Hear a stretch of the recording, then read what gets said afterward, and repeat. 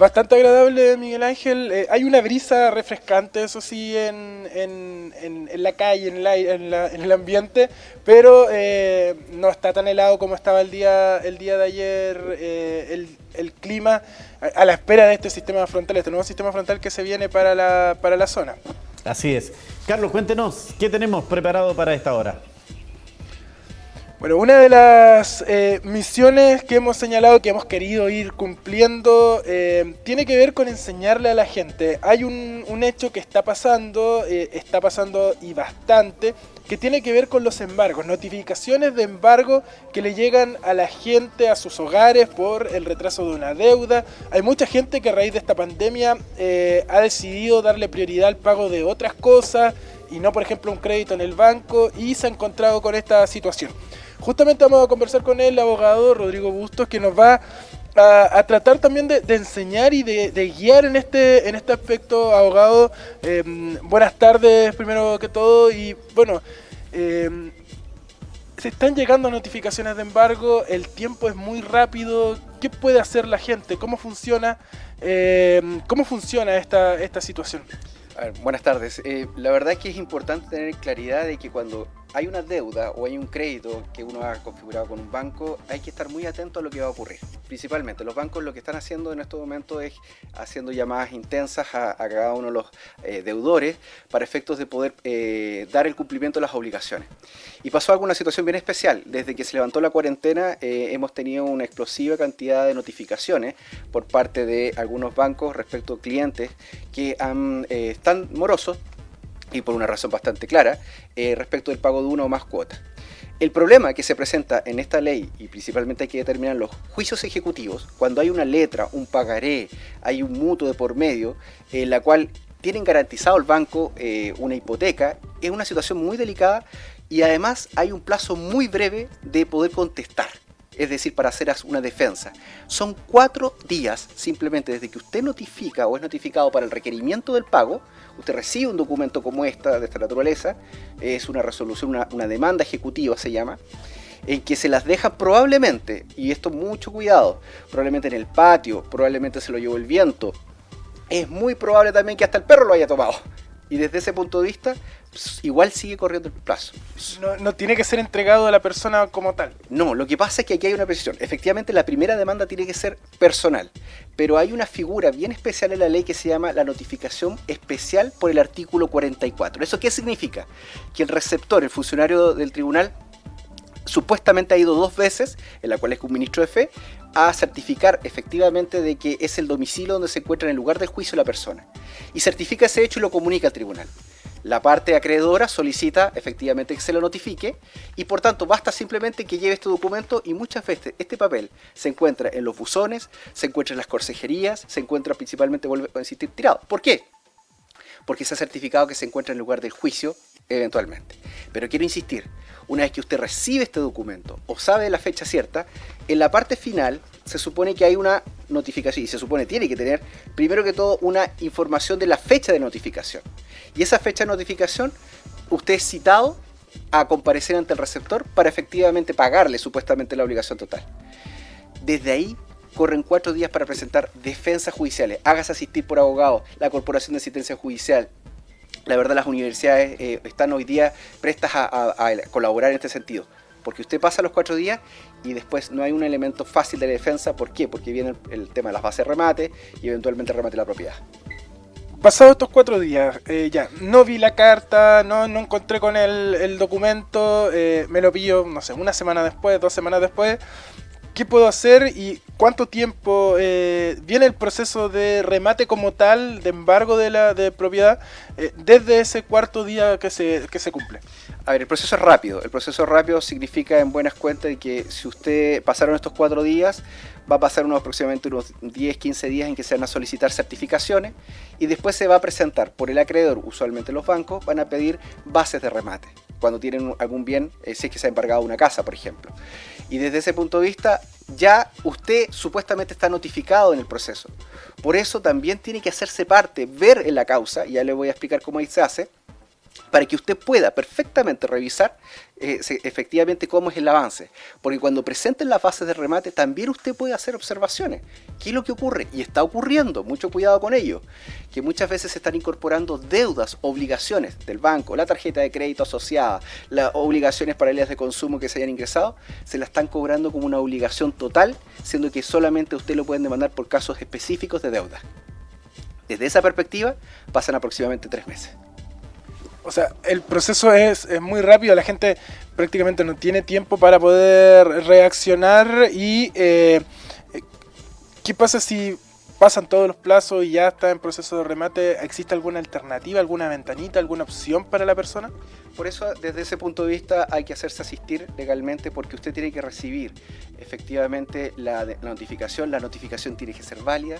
A través de un abogado, asesor, usted puede perfectamente revisar de que, por ejemplo, si el ministro de Fe certifica que usted estaba en el lugar del juicio y no lo estaba, por razones X, con este tema muchas veces personas adultos mayores se van a otros lugares o precisamente otras personas van a cuidar a sus adultos mayores y no están en su domicilio.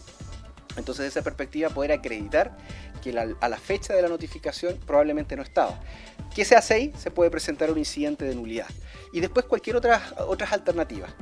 Pero antes del proceso de cuando usted vea que tiene una cláusula o una situación puntual pronto a cubrirse o que le van a cobrar una deuda, tenga la siguiente precaución. Primero, hay que darle prioridad, por cierto, a todo lo que nosotros necesitamos. Y segundo, no deje de lado este tipo de obligaciones, porque si tiene vinculada una obligación de hipoteca con su casa, es muy difícil precisamente una defensa en esa naturaleza. Entonces, trate de negociar con el banco, trate de utilizar todos los medios legales que se tienen para aplazar los créditos.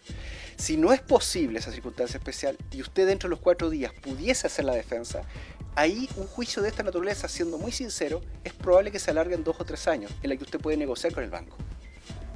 Ahora también importante señalar a la gente que no todos los bienes son embargables. Hay bienes que no cumplen ese requisito y también hay que estar atento a esa situación para la gente que realiza o que sufre con este problema. Sí, efectivamente son los bienes que son inembargables y precisamente son aquellos que están en el ajuar de la casa, la cama, los enseres de domésticos. Precisamente eso la ley establece.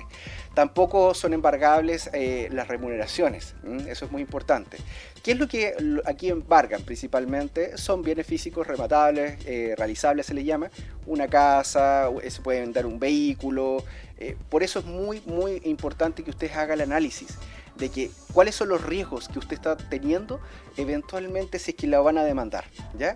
Y frente a esa circunstancia, prepararse. Si esto en este tema, igual que hemos tenido esta situación de la pandemia, hay que prepararse, también asistirse legalmente y ver la planificación de cómo resolver esta situación puntual. Lo último que quisiera agregar es que en esto también hay muchas defensas y es posible, hay herramientas jurídicas, hay elementos que uno puede sacar adelante para poder hacer las adecuadas defensas, pero tiene que haber una precaución y cuidado de parte de ustedes. Un detalle muy importante, mucha gente tiene confundida la idea de que puede atrasarse 2, 3, 4, hasta 5 cuotas, porque es por costumbre muchas veces los bancos o instituciones financieras esperan. Hay una cláusula que se llama cláusula de aceleración, que si usted la firmó, que es muy probablemente dice el siguiente tenor: cuando usted entra en mora o simple retardo de la obligación, se entenderá como saldo insoluto la obligación total. ¿Qué quiere decir eso? En otras palabras, que la cuota o las cuotas que debe posteriormente se consideran como una sola.